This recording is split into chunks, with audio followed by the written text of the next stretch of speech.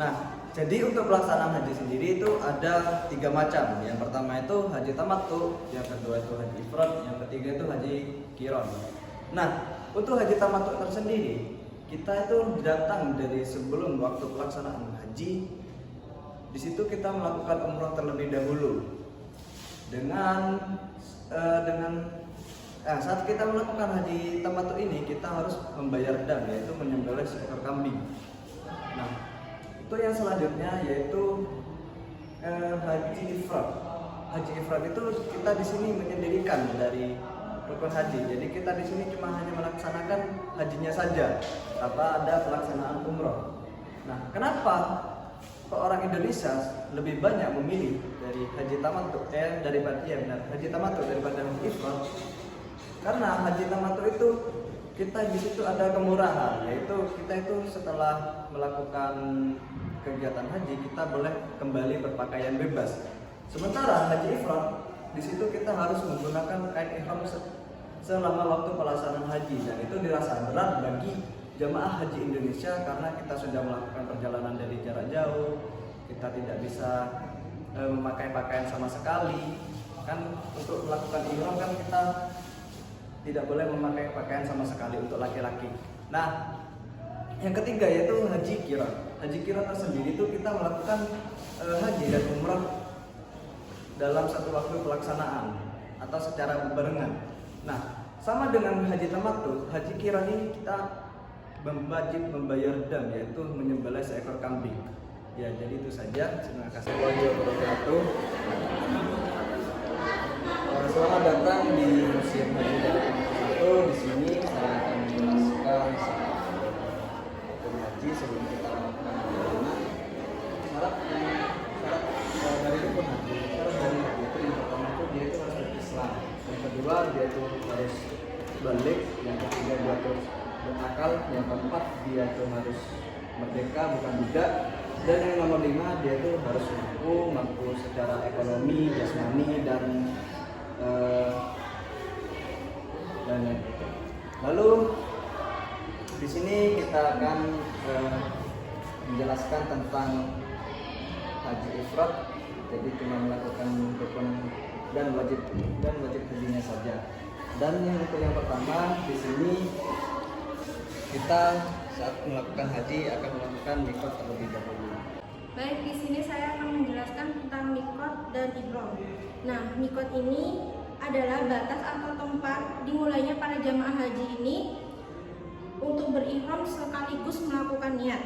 Nah, miqat ini dibagi menjadi 2, yaitu ada miqat zamani sama dengan miqat makani. Nah, miqat zamani ini dimulai dari 1 Syawal sampai 10 Zulhijjah. Sedangkan miqat makani ini adalah batas tempat untuk memulai ihram haji dan umroh.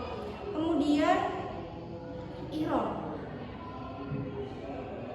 ini adalah berniat memulai melakukan haji dengan menggunakan pakaian ihram yang terdiri atas 2 helai untuk laki-laki dan menutup seluruh tubuhnya kecuali muka dan telapak tangan untuk perempuan. Kemudian ada larangan ihram. Larangan ihram ini untuk laki-laki ada tidak boleh memakai pakaian bertangkup, kemudian memakai kaos kaki atau sepatu yang menutupi mata kaki dan tumit, kemudian ada tidak boleh menutup kepala yang melekat seperti topi atau peci atau sorban. Kemudian untuk perempuan ini dilarang menutup kedua telapak tangan dengan kaos kaki tangan, ada juga tidak boleh menutup muka dengan cadar.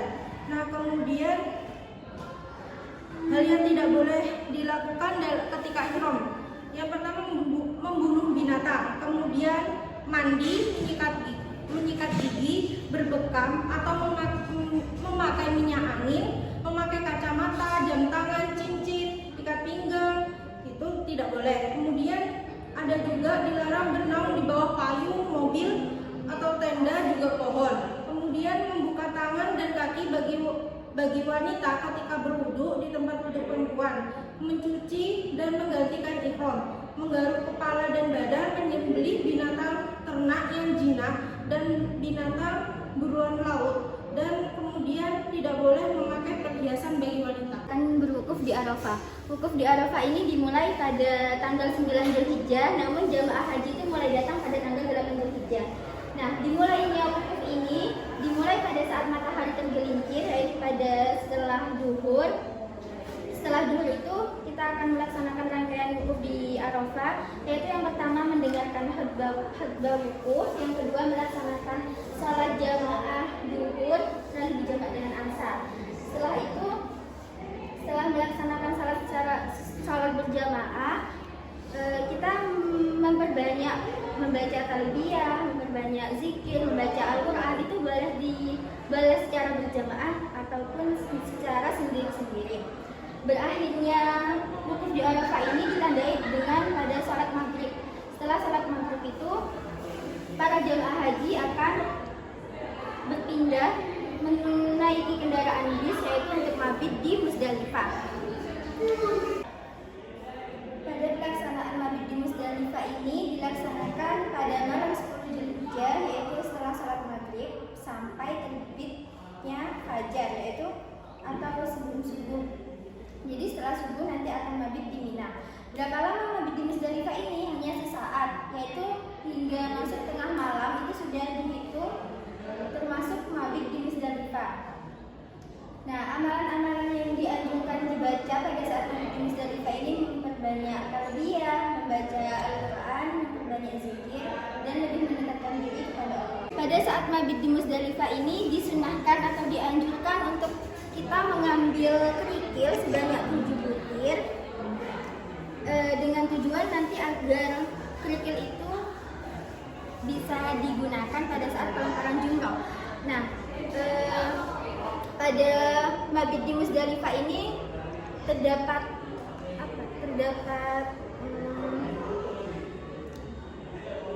sedikit kelonggaran, kayak misalnya terdapat jamaah haji yang tidak bisa mengikuti mabit di Musdalifah karena uzur syar'i, itu tidak usah membayar dam karena ini tidak termasuk dari rukun haji.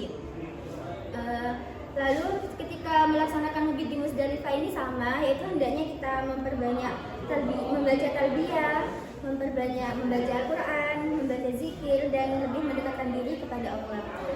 Dan berakhirnya mabit di Musdalifah ini yaitu pada saat setelah salat subuh. Setelah salat subuh itu para jamaah haji lalu berpindah untuk mabit di Mina. Setelah melaksanakan mabit di Musdalifah, tiba jamaah haji pada tanggal 10 Dzulhijjah, yaitu di Mina.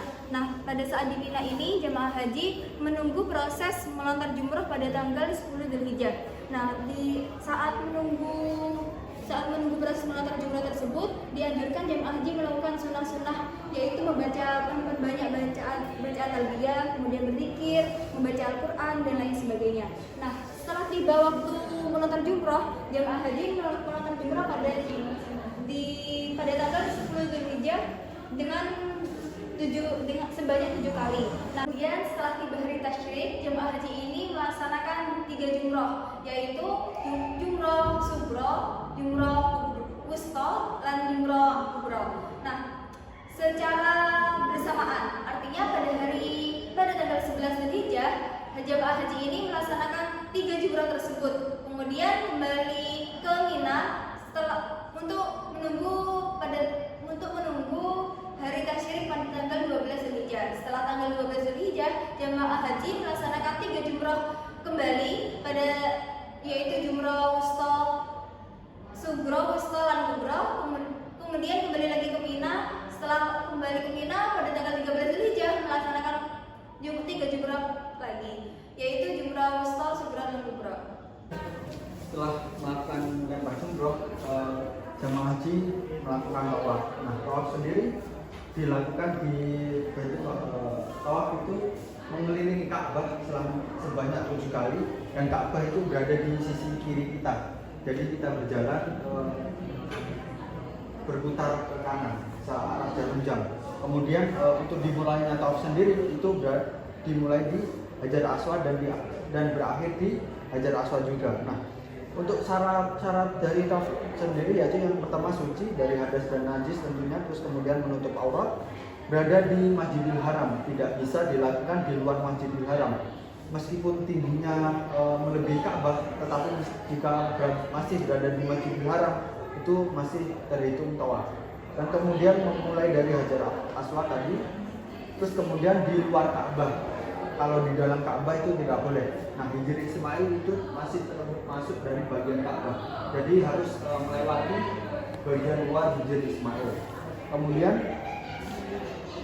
niat ya, tawaf harus niat. Terus kemudian sunnah-sunnahnya pertama yaitu memegang Hajar Aswad. Jika dirasa susah untuk memegang Hajar Aswad atau menyentuh, kita bisa memberikan isyarat dari jauh dengan menggunakan tangan kanan.